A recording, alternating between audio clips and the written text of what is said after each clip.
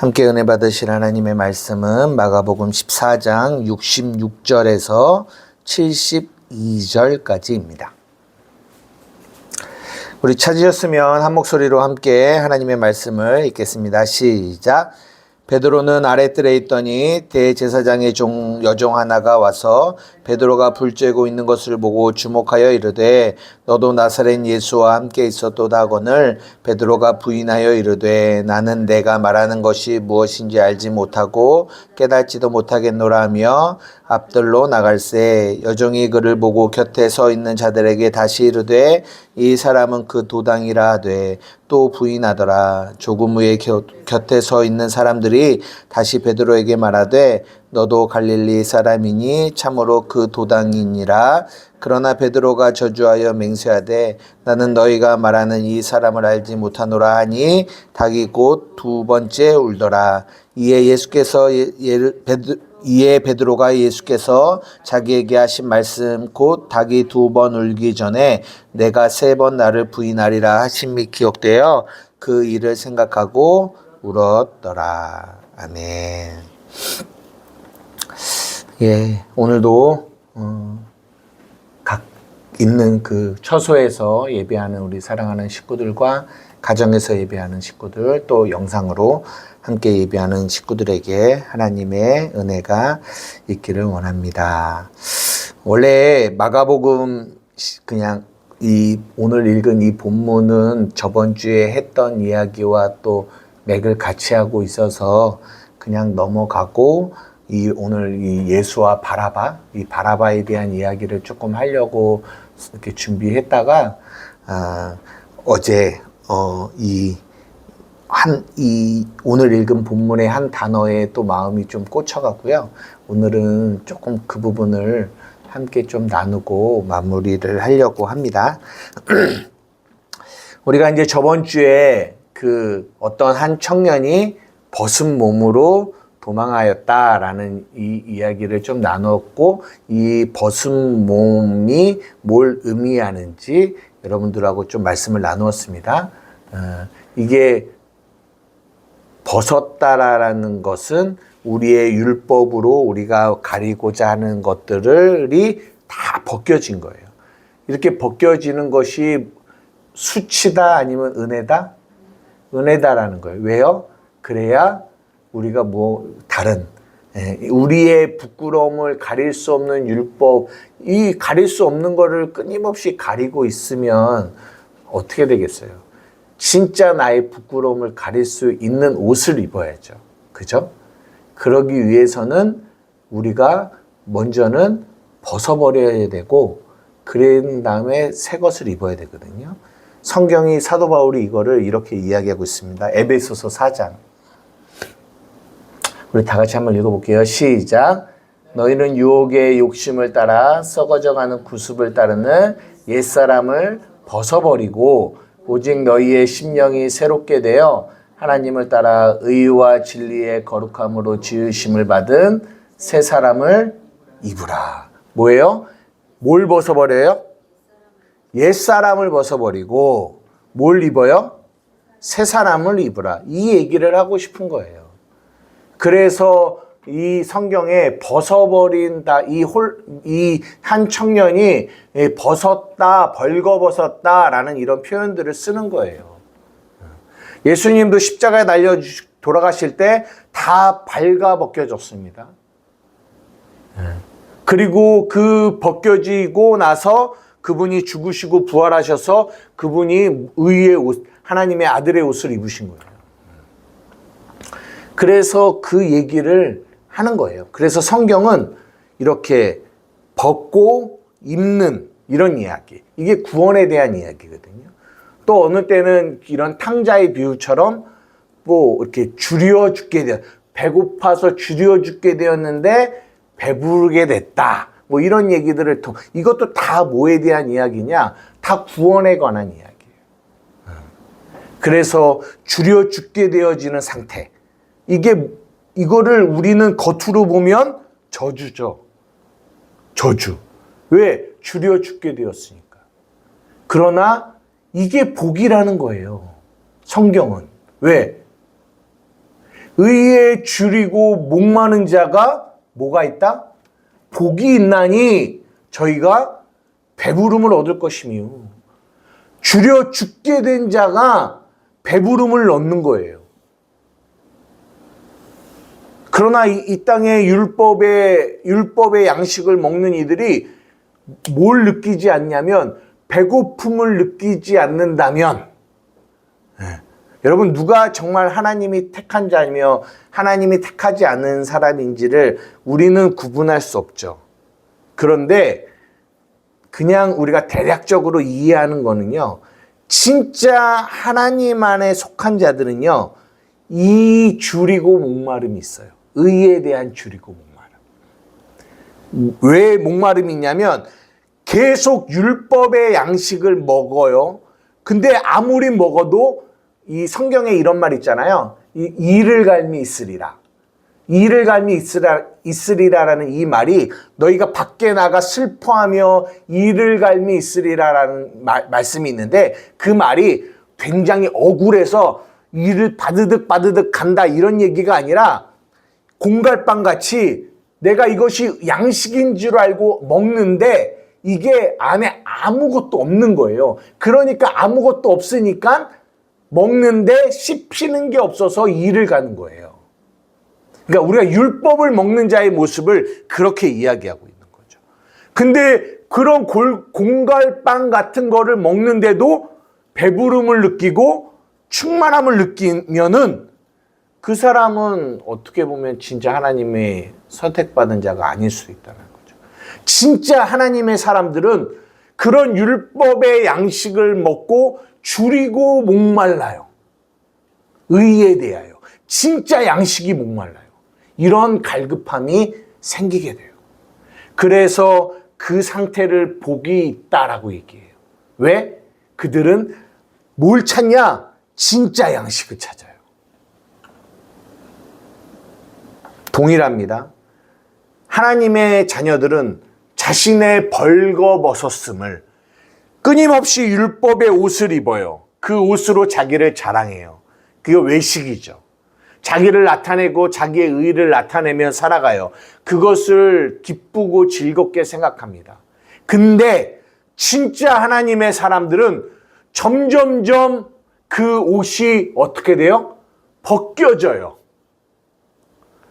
그리고 어떤 상태까지 가게 되냐?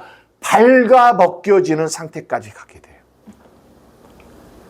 나의 부끄러움이, 나의 결핍이, 나의 연약함이 드러나는 거죠.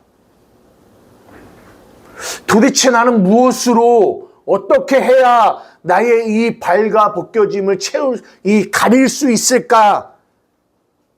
그래서 그들이 발견하는 건 예수 그리스도의 옷을 입는 것. 그 이야기가 성경이 하고 있는 이야기예요. 그래서 야곱이 누구의 옷을 입었다? 형의 옷을 입어서, 형이 누구예요? 장자. 그건 누구를 의미하냐? 예수 그리스도. 차자는 장자가 될 수 없어요. 차자는 장자의 복을 얻을 수 없어요. 우리는 차자예요. 장자의 옷을 입을 수가 없어요. 우리는 복을 받을 수 없는 존재라고요. 근데 우리가 누구의 옷을 입었어요? 예수 그리스도의 옷, 장자의 옷을 입고 장자의 축복을 받았다. 성경은 다 이런 이야기를 하고 있는 거예요. 이거 이해가 되십니까? 우리가 이제 나중에 창세기 후반부를 하면 또 이야기를 하겠지만, 그 이야기, 옷을 입는 이야기, 대제사장의 옷, 다 그런 옷들에 대한 이야기가 다 그런 것을 담고 있다는 거예요. 이거 이해되시죠? 네. 우리가 저번 주에 그 이야기를 했고요.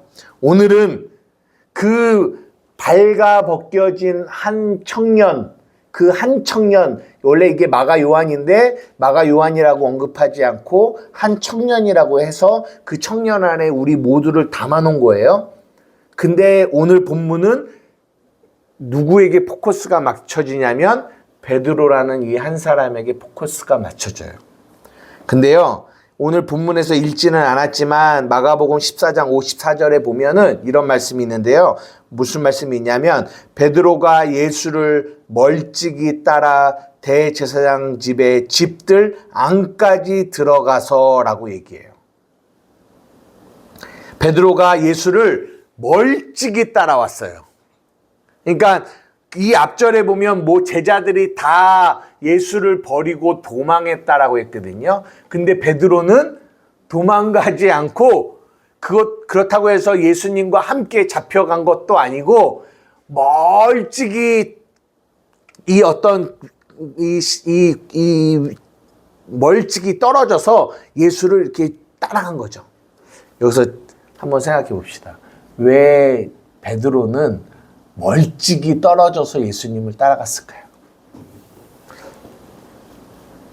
왜? 예수와 같은 도당이라고 말씀하셨잖아요. 그러니까 자기도 같이 자기도 잡혀서 죽으려고? 죽을 것 같으니까. 죽을 것 같으면 도망가지 왜 따라갔을까요? 예수가 벗어나나 안 벗어나나 몰라. 예수가 거기서 벗어나. 거기서 벗어나나 안 벗어나나 진짜 하나님의 아들. 보려고. 그래서 만약에 예수님이 벗어났다 그러면 어떡할까요? 진짜 하나님의 아들이구나. 아들이구나 해서 자기는 안 도망갔다고 그 자리에서 나는 예수님은 안 버렸어요 막 이러려고 그랬나? 그랬기도 하고 두 번째 전에는 예수님이 거기서 그랬잖아요. 네네. 타고 오기 전에 세 번 물었구나. 네네네. 그 말씀을 이루기 위해서 따라갔을 수도 있고. 그 말씀을 베드로가 마음에 담아놓다가 따라가서 예수님의 말씀이 이루어지는 것을 증거하기 네, 증거하기 위해서는 성경이 그런 의도를 가지고 있죠. 근데 베드로는 왜 그거를 몰랐을 거 아니에요. 그 당시에는. 근데 예수님을 멀찌감치 왜 따라갔냐라는 거죠. 부인 안 한다고 했으니까 자기는 예수님한테 자기는 절대로 부인하지 않겠다고 했으니까. 그러니까 저는 집사님이 하신 말씀이나 집사님이 하신 두 말씀 다 맞다고 생각해요. 그런 게 있는 것 같아요. 그러니까 진짜 베드로는 멀찌감치 따라간 이유가 아까 말씀하신 것처럼 예수님이 지금은 연약함으로 이렇게 잡혀왔는데 자기네들이 3년 동안 본 게 있잖아요. 죽은 자도 살렸죠. 바다도 걸었죠. 오병이어의 기적도 행했죠. 이분이 능력이 어마어마한 것을 베드로는 가장 옆에서 봤단 말이에요. 근데 너무 힘없이 잡혀갔거든요. 근데 이럴 뿐이 아닌데 이렇게 힘없이 잡혀가. 그리고 제자들은 다 도망갔네. 그런데 어쩌면 그 마지막 그 순간에 그분이 그 자신의 능력을 나타내서 그 모든 상황을 뒤집어 엎으면 어떡하지? 그러면은 우리는 다 도망간 자가 됐는데, 그래서 조금 베드로가 멀찌감치라도 그 자리에 있으려고 하지 않았나. 이건 그냥 제 생각입니다. 성경에는 나오지 않기 때문에 이걸 진리라고 말할 수는 없지만 제 생각은 그래서 그래서 만약에 예수님이 진짜 자신의 능력을 나타내서 이 상황을 뒤집어 엎으면 멀리 있다가 딱 가서 예수님, 제가 예수님을 버리지 않았습니다 라고 하려고 그러지 않았나라는 생각을 또 하게 되고요. 또 하나는 지금 영희 집사님이 말씀하신 것처럼 자기가 할 말이 있어. 할 말이 있는 게 아니라 한 말이 있어. 뭐라고 했어요? 내가 죽을지언정 당신을 부인하지 않겠다라는 자기의 말이 있어. 그러니까 이 말이 있으니까 아유, 내가 진짜 거기서 진짜 제자들 다 보는 앞에서 그렇게 침을 튀겨가면서 나는 주를 부인하지 않겠다라고 얘기했는데 남들은 다 도망가도 나는 안 도망갈래요 라고 그렇게 말을 했단 말이에요. 자기가 그렇게 말을 했는데 그렇게 도망가면은 너무 면이 안 서는 거죠. 그러니까 멀찌감치라도 예수님을 따라가야 그나마 조금 면이 서서 그랬나? 그런 생각도 좀 해봅니다. 근데요, 제가 이 베드로가 그렇게 멀찌감치 예수님을 따라가는 그 모습을 가만히 봤더니 이 모습이 딱 우리의 모습이하고 너무 일치하는 거를 느꼈어요. 너무 일치하는 거. 보십시오. 주님이 원하시는 거는요, 우리가 예수님을 부인하는 자로 폭로되어져야 되는 거예요. 왜? 그래야 우리의 옛사람을 벗어버리고 우리가 뭘 입을 수 있어요? 새 사람을 입을 수 있다고요. 그러니까 옛사람을 벗어버리려면 반드시 내가 벌거벗겨짐을 경험해야 돼요. 예수를 부인함을 경험해야 돼요. 그런데 우리는 그거를 안 하려고 하는 거죠. 완전히 나의 옛사람이 폭로되어져서 나의 발가벗겨짐이 나의 연약함이 발가벗겨져서 옛사람을 벗어버리고 내 심령이 새롭게 되어 내가 새 사람을 입어야 되는구나를 깨달아야 그 은혜를 붙잡게 되는데 우리는 아직도 여전히 그 나의 의를 조금이라도 붙들고 싶은 거예요. 내 힘으로 주님을 따르겠다라고 한 게 옛사람이잖아요. 다른 사람은 다 부인해도 나는 내 힘으로 당신을 따라갈래요 라고 하는 이 나의 의, 이거가 죽어져야 되는데 이게 완전히 발가벗겨져야 되는데 베드로는 이게 발가벗겨지지 않은 거예요. 왜? 멀리서라도 나의 한 그 말, 내가 한 그 나의 의, 내 힘, 이것 때문에 멀리서 주님을 따라가는. 그러니까 그 어중간한 그 위치가 복음 안에 있는 것도 아니고 새 사람 안에 있는 것도 아니고 이 옛사람, 아예 율법 안에 옛사람이 있는 것도 아니고 어중간한. 저는 이것을 보면서요, 우리 교회가 정말 복음을 말한다고 해요. 새 사람을 얘기합니다. 옛사람을 벗어버리고 새 사람의 모습으로 우리는 살아야 된다라고 얘기해요. 그렇게 얘기하는데 우리가 정말 어쩌면 정말 우리 한맘교회가 하나님의 말씀, 복음의 진리 안에 바로 서지 않으면 우리가 어쩌면 이 베드로와 같이 어중간한 모습으로 신앙생활을 할 수도 있겠다라는 생각이 들었어요. 온전히 이 복음의 진리 안에 우리의 옛사람의 모습이 발가벗겨져야 되는 것이 지금 우리가 해야 될 일이에요. 율법의 행위로는 의롭다 함을 얻을 수 없구나. 그럼 어떡하지? 오직 예수 그리스도의 십자가의 의만 붙들어야지. 이게 복음이잖아요. 이게 새 사람이잖아요. 그런데 머리로는 알아요. 그런데 여전히 우리의 마음 안에서는 나의 의를, 나의 자랑을 붙들고 살아갈 수 있다라는 거죠. 이게 뭐냐? 멀찌감치 떨어져서 예수를 따르고 있는 베드로의 모습과 비슷한 모습이지 않을까 생각이 들어요.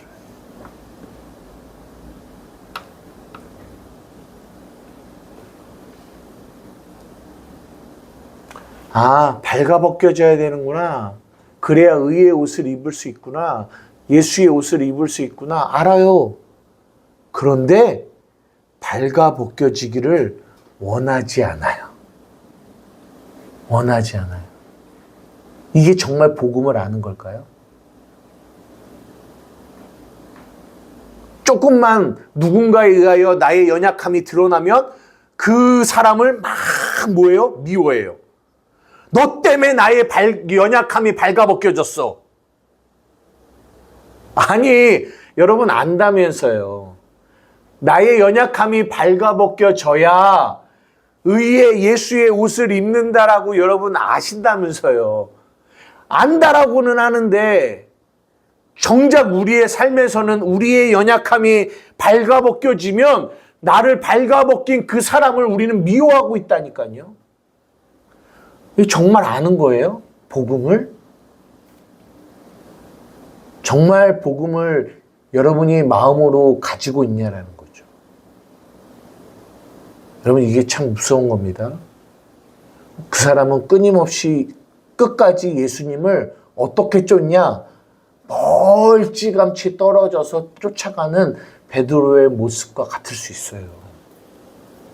그 모습이 보이더라고요. 그런데 여러분 잘 보세요. 그렇게 대제사장의 집 안뜰에 있는 그 대제사장은 누구를 의미해요? 율법을 의미해요. 그 율법의 안에서 있는 그 베드로를 예수님이 땡기기 시작한, 오늘 본문을 보는데요. 제가 그게 보인 거예요. 그 율법, 나의 의, 그 멀찌감치 예수를 따라가는 아직도 여전히 옛사람을 붙들고 살아가고 있는 이 베드로를 예수님이 어디로 땡기시냐면 예수님을 3번 부인하는 그 자리로 땡기고 계시는 하나님의 예수님의 사랑이 오늘 본문 가운데 보여지고 있더라는 거예요. 베드로가 아랫뜰에 있더니 그래요. 68절에 보니까 66절 한번 띄워주실래요? 베드로가 아랫뜰에 있더니 그래요. 68절에 보니까 베드로가 또 어디로 나갔나요? 앞뜰로 나간대요.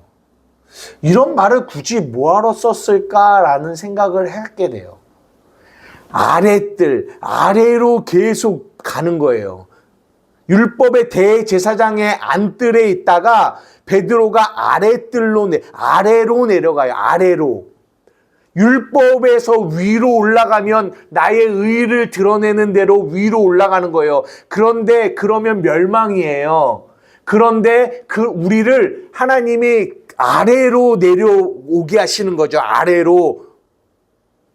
그러더니 어디로 이끌어가냐면 앞뜰로 이끌어간대요. 여기서의 이 앞뜰은 그 대제사장의 집의 이 정문, 문 앞이에요. 앞뜰로 이끌어가는 거예요. 그러면 그 문에서 율법의 문에서 우리를 내보내시려고 하시는 거예요.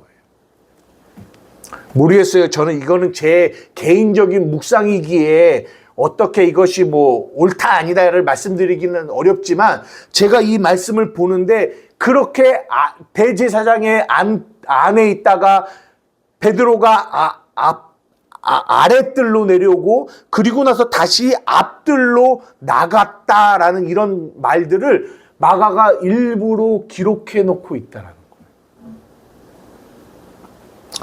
이게 베드로의 위치가 변화되어지는 거거든요.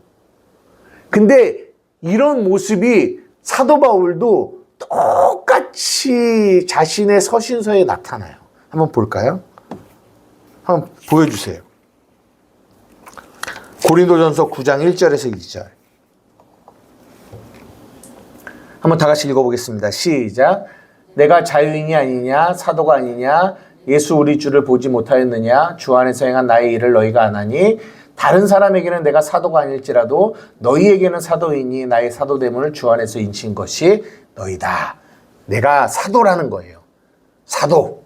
왜냐하면 그 당시에는 예수님을 직접 눈으로 봐야 사도라고 칭해졌는데 자기는 못 봤잖아요. 근데 자기는 다메섹 도상에서 봤잖아요. 그러니까 자기의 사도됨을 자꾸만 이렇게 부인하려고 하는 사람들에게 나는 사도야, 나는 사도야 이런 얘기 했거든요. 고린도전서 15장 9절. 시작. 나는 사도 중에 가장 작은 자라. 나는 하나님의 교회를 박해하였으므로 사도라 칭함받기를 감당하지 못할 자니라. 조금 뉘앙스가 나는 사도 중에 가장 작은 자야 라고 얘기하죠. 이제 마지막에 디모데 전서에 보면 뭐라고 얘기하는지 한번 볼게요. 1장 15절입니다. 시작. 미쁘다 모든 사람이 받을 만한 이 말이여 그리스도 예수께서 죄인을 구원하시려고 세상에 임하셨다 하였도다. 죄인 중에 내가 괴순이라. 이게 사도 바울의 위치가 변화된 거예요. 나 사도야. 나 사도 중에 지극히 작은 자야.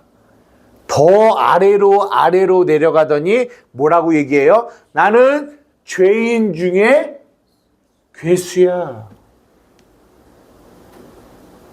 점점점 힘이 빠지는 거죠. 나의 의가 사라지는 거죠. 저는 오늘 본문에 베드로를 그렇게 끌어내리시는 예수님의 은혜를 보게 되는 거예요. 그래서 어디까지 오게 되냐? 이제는 빼도 박도 못하는 곳까지 데리고 오시는 거예요. 주님을 3번 부인하는 자리까지. 우리는 여기까지 와야 돼요. 여기까지. 여기까지 와서 여기가 뭐냐면 발가 벗겨지는 자리. 완전히 나의 이 율법성, 나의 이 의. 우리는 복음을 안다고 하고 복음을 들었다고 하고 복음을 이해한다고 하고 예수님을 믿노라고 하고 예수님을 찬양한다고 하지만 아직도 여전히 우리 안에는 이 의가 여전히 우리에게 남아있다니까요. 나를 자랑하고 싶은. 그러니까 사도 바울이 뭐라고 하냐면 예수 그리스도의 십자가 외에는 결코 자랑하지 않기를 원한다라는 거예요. 예전에 내가 가지고 있었던 모든 바리새인이요 그리고 가말리엘의 문화생이요 나는 뭐 어떤 사람이었고 어떤 사람이었고 어떤 사람이었다. 그런데 내가 그 모든 것을 다 해로 여기고 똥으로 여겨버린다. 왜? 내가 그리스도 안에서 내가 발견되어졌기 때문에. 거기까지 내려가야 돼요. 내가 붙들었던 그것들이 다 무너져서 발가벗겨져서 그 자리까지 내려와야 거기서 뭘 발견할 수 있냐? 예수 그리스도의 의를 발견할 수가 있는 거예요. 이것을 사랑이죠. 그러니까 여기에는요 처절한 예수님의 사랑이 보여지는 거예요. 오늘 이 본문이. 이 자리는 베드로에게만 필요한 자리가 아니라 여러분 모두에게 필요한 자리예요.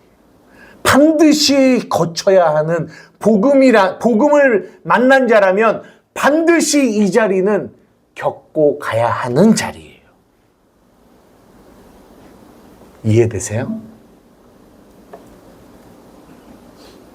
그러면서 아까 제가 서두에 여러분들에게 말씀드린 게 뭐냐면 이 단어에 꽂혔다고 말씀드렸는데 그게 뭐냐? 72절이에요. 어떤 단어에 꽂혔냐면 울었더라. 72절 닭이 곧 2번 울더라. 이에 베드로가 예수께서 자기에게 하신 말씀 곧 닭이 2번 울기 전에 내가 3번 나를 부인하리라 하심이 기억되어 그 일을 생각하고 뭐 했더라? 울었더라. 여기서 질문. 베드로가 울었어요. 왜 울었을까요?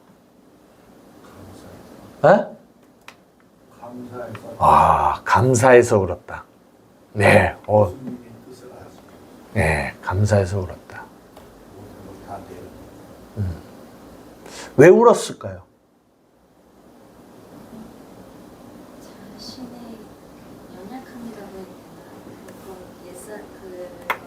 인정하는 거죠.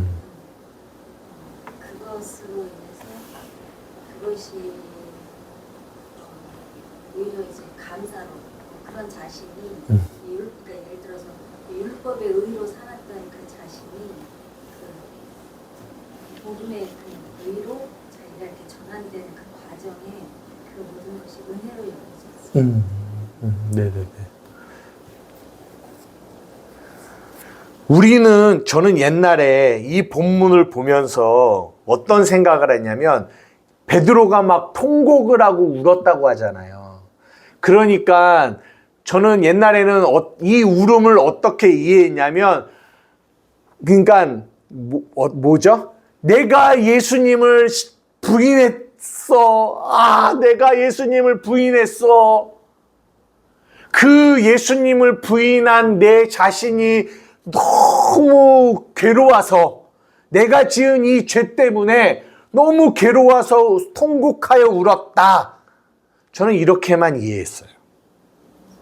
그러니까 이 베드로의 눈물은 뭐에 대한 눈물이냐면, 예수를 부인한 나의 이 죄, 나의 연약함에 대한 눈물이다라고만 이해를 했어요.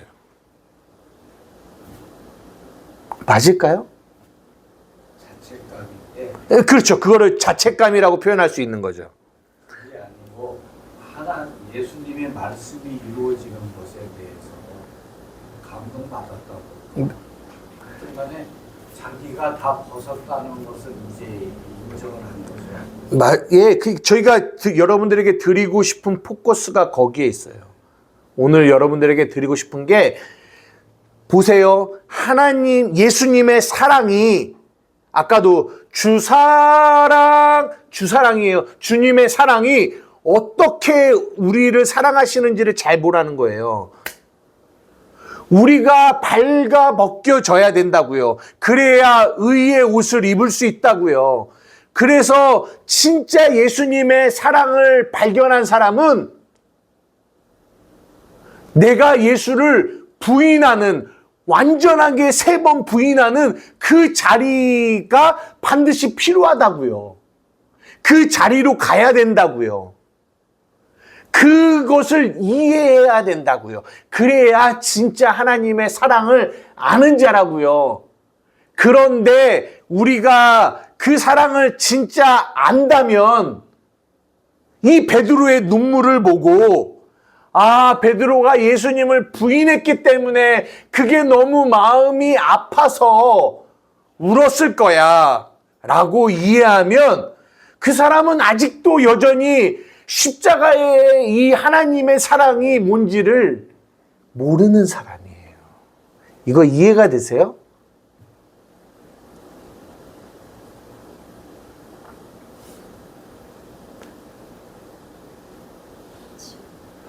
겉으로 보면 오늘 본문은요, 베드로가 이 삶을 살아가면서 가장 수치스러운 날이에요.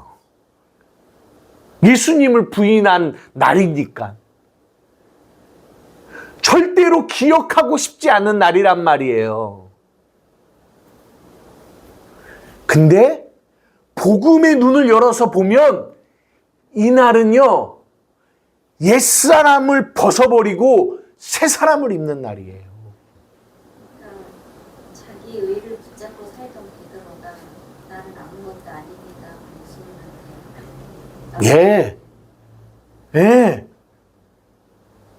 그 전까지 예수님을 멀찍이 따라서요. 왜요? 내 의를 붙들고 있으니까요. 여전히 나의 의를 붙들고 살아가고 있는 베드로란 말이에요.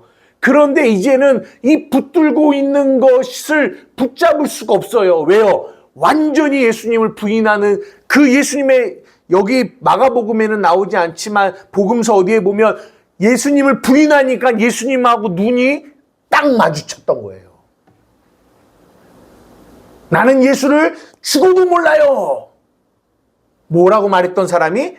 나는 예수를 죽을지언정 부인하지 않겠어요 라고 말했던 베드로가 예수님 눈앞에서 나는 예수님을 죽어도 몰라요 라고 부인하는, 완전히 나의 의가 무너지는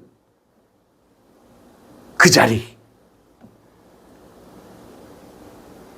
베드로가 뭐 때문에 뭘로 살았는 줄 알아요? 이 선악과, 아까도 우리가 선악과 얘기했지만 선악과의 이 나 예수님 수제자야. 나 예수님 어떤 제자들보다 수제자고 예수님을 따르는 자고 예수님의 사랑받는 자야. 나는 예수님을 죽을지언정 따라다닐 거야. 죽어도 다른 사람 다 부인해도 나 예수님 따라갈 거야 라고 이 붙들고 있는 나의 이 이게 무너지는 자리. 오늘 본문의 자리가. 우리에게 이 자리가 있어야 돼요. 그래야 여기서 심령의 가난함을 경험하고 여기서 천국의 문이 열려지는 거예요. 이 자리가 없으면요, 절대로 복음을 이해할 수가 없어요.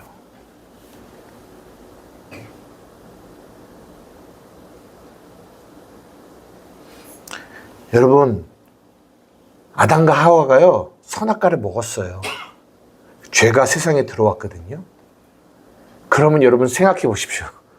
그냥 이런 작은 죄가 아니에요.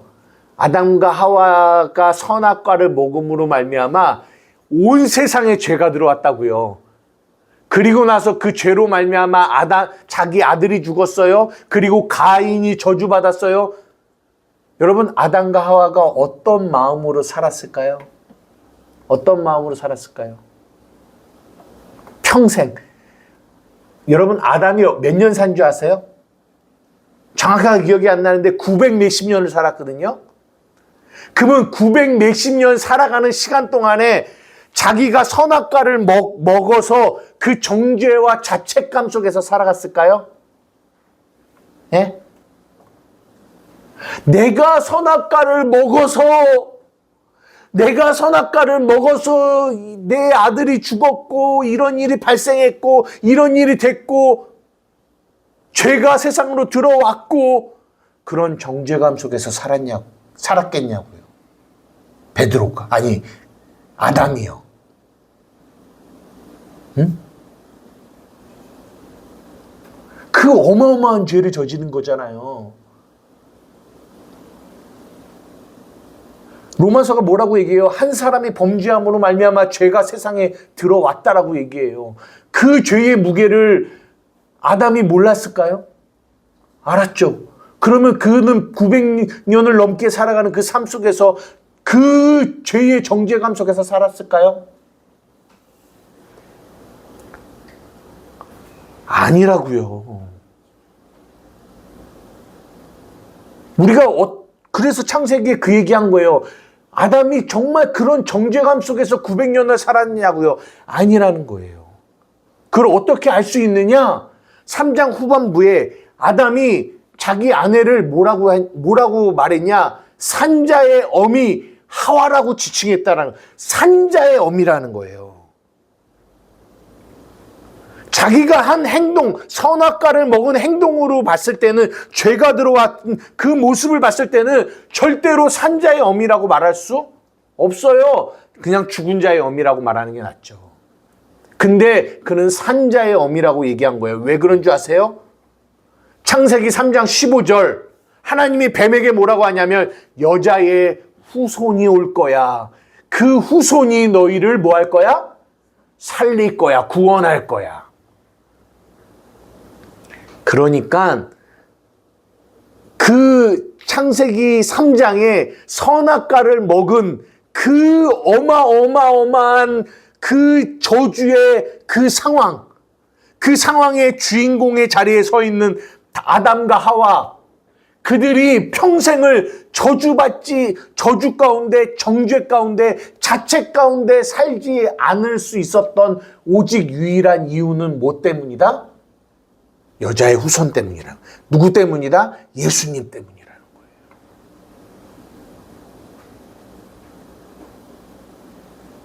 이거 이해되세요? 그래서 베드로가 울었다라는 거는 내가 보여서 어떻게 보면 선악과를 먹은 아담, 그 아담이 평생 죄를 저지른 자신이 보이는 게 아니라 복음은 그 죄를 저지른 나를 보는 게 아니라 복음은 누가 보인다? 그런 나를 구원하신 예수님이 보이는 것을 복음이라고 하는 거예요. 여러분 잘 보십시오. 우리가 이 찬양을 부르면서 눈물을 흘려요. 안 흘리기도 하지만 나 같은 죄인 살리신 주 은혜 놀라와. 여러분 잘 보세요. 이걸 부르면서 우리가 울어요. 여러분 왜 우세요? 어떤 사람은 나 같은 죄인, 나는 죄인이야. 나는 그런 죄인이야. 나 같은 죄인. 여기에 꽂혀서 우는 사람이 있어요. 그런데요. 진짜는요. 나 같은 죄인 때문에 우는 게 아니라 나 같은 죄인 살리신 주 은혜 고마워 놀라워. 고맙고 놀라워. 뭐가요? 나 같은 죄인 살리신 그분의 은혜가 놀랍고 고마워서 우는 거. 여러분 똑같이 우는 거예요. 근데요, 두 울음은요 완전히 다른 울음이에요. 근데 우리는 대부분 뭐 때문에 우냐? 나 때문에 울어요. 제가 오늘 여러분들에게 드리고 싶은 얘기가 이거예요. 나 때문에 울어요. 에베소서 4장 다시 한번 띄워주세요. 너희는 유혹의 욕심을 따라 썩어져가는 구습을 따르는 옛사람을 벗어버리래요. 그리고 새 사람을 입으랍니다. 가운데에 뭐가 있어요? 오직 너희의 심령이 새롭게 된다라는 거예요. 우리의 심령이 새롭게 되는 거예요. 우리의 심령이 새롭게 된다라는 거는 더 이상 이제는 연약한 내 자신이 보이는 게 아니에요. 예수님을 부인한 내가 보이는 게 아니에요. 누가 보이는 거예요? 예수님이 보이는 거예요. 예수님. 이게 마음이 새롭게 되는 거예요. 그래서 우는 거예요. 죄인인 내가 보이는 게 아니에요. 그런 나를 살리신 예수님이 보이기 때문에 우는 거예요. 이 베드로의 울음 안에는 그것이 담겨 있다고요.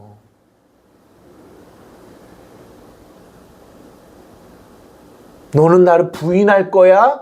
그런데 내가 먼저 갈릴리로 가서 너 기다릴게. 너는 나를 부인할 수밖에 없는 자인데 내가 너를 내 은혜로 부인할 수밖에 없는 너를 살릴게.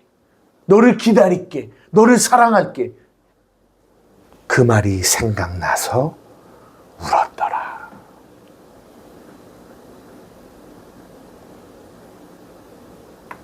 이게 진짜 복음을 아는 사람들이에요.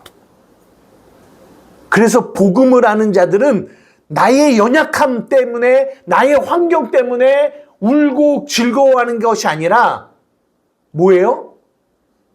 내 안에 계신 예수님 때문에 울기도 하고 기뻐도 하고 즐거워도 하는 거예요.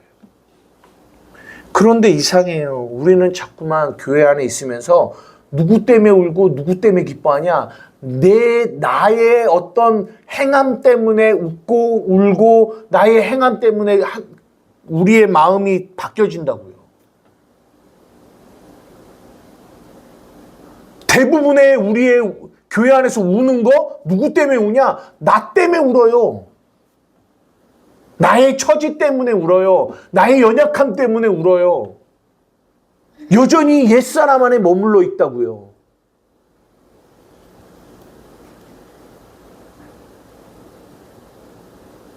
그러니까 왜 우냐면 내가 예수님을 부인했어요. 이러고 운다고요. 부인하지 말았어야 됐는데 또 부인했어요. 이러고 통곡하고 운다고요. 하나님, 내가 오늘도 한 주를 살아가면서 또 예수님을 부인했어요. 여전히 옛사람 안에 머물러 있는 거예요. 베드로의 이 울음은 그런 울음이 아니라 나를 구원하신 그분을 바라보고 그분의 은혜에 감사하여 흘리는 눈물이 저는 더 많다라고 생각해요. 물론 이것도 있죠. 예, 왜냐하면 나의 이 선함, 나의 이 의가 완전히 무너지니까 그 안에서 오는 울음도 있죠. 나의 실체가 확 드러나니까. 그러면서 나의 선이 무너지고 그 안에서 애통하는 그 심령의 가난함에서 오는 애통의 눈물도 있죠. 아예 없는 거 아니죠. 그렇지만 그 울음을 지나 그 울음을 넘어 진짜 하나님의 자녀들에게서 나오는 울음은 뭐에 대한 울음이다? 나 같은 죄인 살리신 그분을 바라보는 데서 오는 감사의 울음이 되어져야 된다는 거예요. 그게 옛사람을 벗어버리고 우리의 이 마음이 새롭게 되어 새 사람을 입은 자로서의 울게 되는 울음이에요. 여러분, 말씀을 마치려고 하는데요. 여러분 누가 보이십니까? 누가 보이세요? 여러분의 삶에서, 여러분의 예배에서 여러분은 누가 보이시냐고요. 우리가 찬양을 부르고 기도를 하고 우리가 말씀을 듣는 이 모든 우리의 삶 가운데 여러분 누가 보이시냐고. 누구 때문에 우시냐고. 누구 때문에 기뻐하십니까? 하나님이 보이셔야 돼요. 예수님이 보여야지 우리는 계속 연약한 나를 보고 있다. 나 때문에 울고 내 처지 때문에 울고 내 상황 때문에 울고 그런 울음은요 세상의 울음과 같은 울음이에요. 이방인들도 우는 그런 울음이에요. 이방인들도 자신의 연약함을 붙들고 울어요. 왜 우리에게 그런 울음만 있어야 되냐고요.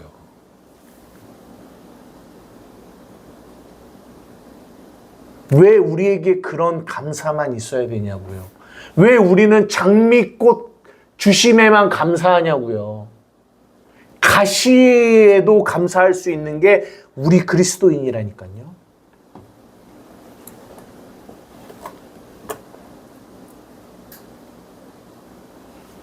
말씀을 마치려고 합니다.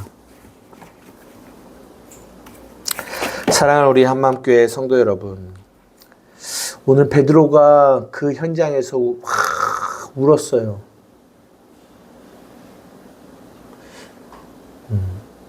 그 울음을 우리가 조금 더 기억했으면 좋겠고 묵상했으면 좋겠어요. 왜 울었을까? 왜 울었을까? 자책감에서 울었을까? 정죄감에서 울었을까? 자신의 처지를 한탄해서 울었을까? 그것이 아니라 예수님의 말씀이 생각나서 그 말씀을 기억하고 울었다라는 거예요. 우리의 울음은 거기서부터 나와야 되는 것 같아요. 그러면 우리의 울음이 에레미야 애가가 슬픈 애가가 아니라 기쁨의 애가가 된다고요. 슬퍼서 우는 울음이 아니라 기쁘고 감사해서 우는 울음이 되는 거예요. 저는 베드로의 이 울었다라는 이 울음 안에 이 의미가 담겨 있다고 생각해요. 여러분, 예수 믿는 게 얼마나 좋은 줄 알아요? 우리는요, 응애! 하고 울면서 태어나요. 그리고요, 슬픔의 눈물로 살다가 슬픔의 눈물을 흘리면서 죽어요. 다 그래요. 그런데 예수 믿는 사람만 기쁘고 감사하는 눈물을 흘려요. 복음을 이해하게. 그런 복음을 이해하는 저와 여러분 되기를 주님의 이름으로 축복합니다. 기도하시겠습니다. 이 시간 우리 함께 기도할 때 하나님 저 멀찌감치 예수를 따라다니던 베드로를 예수님의 사랑으로 땡기셔서 그 앞들까지, 그래서 예수님을 3번 부인하는 그 자리까지 우리를 이끌어 오시는 하나님의 사랑, 그 안에서 그 사랑 때문에 흘려지는 눈물, 여러분들도 그렇게 땡겨서 이 자리에 있게 하시고 그래서 울게 하시는 거죠. 그 울음은 우리의 처지의 한탄의 울음이 아니라 그 은혜에 대한 감사의 울음인 거죠. 하나님, 우리 교회가 우리 성도들에게 그렇게 그 우리를 땡기시는 그 사랑이 더 그들의 삶에 경험되어지게 해주시고 그 은혜 앞에 감사하는 눈물로 나아가는 저와 우리 한맘교회 성도들이 되게 하여 주십시오. 여러분의 가정을 위하여 우리 주님의 이름 한번 부르며 기도하며 나가시겠습니다. 주여!